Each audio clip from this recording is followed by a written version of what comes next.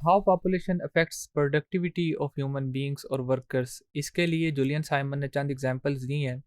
लेकिन हमारे आसपास ये एग्जांपल्स भरी पड़ी हैं, हम इनको अगर देखें तो हमें हर तरफ यही एग्जांपल्स नज़र आएंगी। पहली एग्जांपल उसने ये दी है कि इन रोमन टाइम्स, पुराने वक्तों में अगर कोई थिएटर होता था, जो दुनिया का सबसे बड़ा बिगेस्ट थिएटर था रोम के अंदर, वहाँ पे ज़्यादा से ज़्यादा चंद दर्जन लोग बैठ के या चंद सौ लोग बैठ के कोई एंटरटेनमेंट को, कोई मैच को या स्पोर्ट्स को देख सकते थे। आज दुनिया में अगर कोई वर्ल्ड कप हो रहा है, फॉर एग्जांपल 2015 का जो क्रिकेट वर्ल्ड कप था, उसको तकरीबन 2.2 बिलियन लोगों ने, 2 अरब से ज़्यादा लोगों ने देखा। ये लोग अगर हॉस्पिटल में थे तो वहाँ पे भी देख सकते थे, अगर कोई जेल में है तो वहाँ पे भी देख सकता है, अपने घर के बेड पे है तो वहाँ पे भी देख सकता है। अगर ये फुटबॉल का वर्ल्ड कप है तो इसको 3 अरब से ज़्यादा लोगों ने देखा है।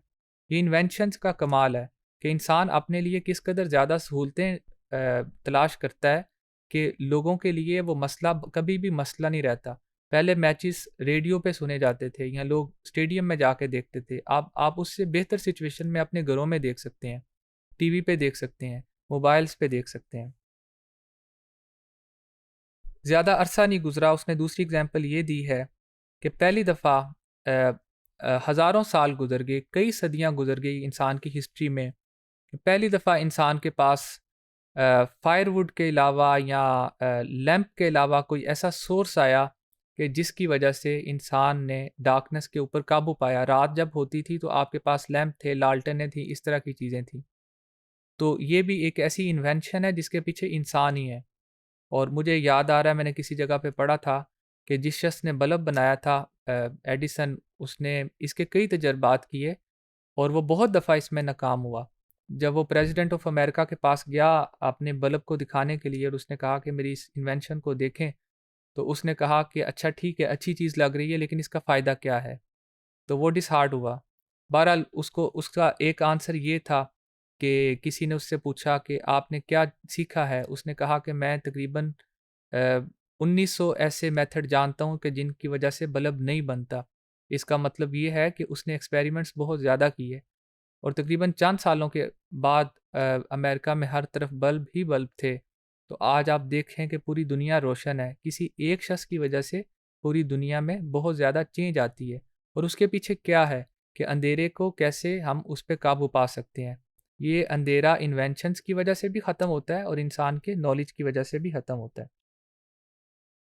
तकरीबन 2 सदियाँ पहले पहली दफ़ा इंसान ने ऐसा ट्रांसपोर्टेशन सिस्टम इजाद किया जिसके लिए जो एनिमल पावर थी या उनके मसल्स थे वो यूज़ नहीं होते थे।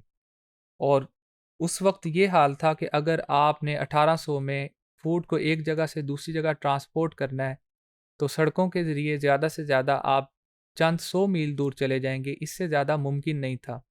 आज आपकी प्लेट में जो खाना होता है वो पूरी दुनिया से आता है।